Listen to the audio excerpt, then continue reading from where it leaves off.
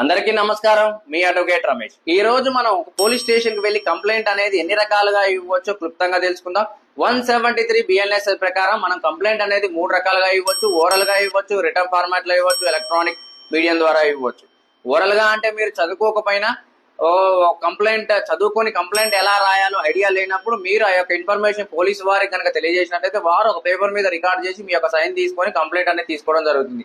Return format అంటే మీరు ఆ యొక్క కంప్లైంట్ ని ఎలా రాయాలో మీకు ఐడియా ఉంది, మీ ఓన్ గా మీరు రాసుకోగలిగినట్లయితే ఆ యొక్క కంప్లైంట్ ని మీరు ఒక పేపర్ మీద రాసి పోలీసు వారికి కనుక ఇచ్చినట్లయితే వారు ఫర్దర్ గా యాక్షన్ తీసుకోవడం జరుగుతుంది.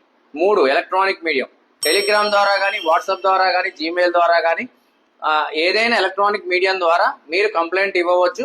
కాకపోతే మీరు 3 రోజుల్లోపు వెళ్ళి ఆ యొక్క కంప్లైంట్ మీద ఫిజికల్ గా సైన్ చేయవలసి ఉంటుంది. దయచేసి చట్టం తెలుసుకోండి, న్యాయం పొందండి.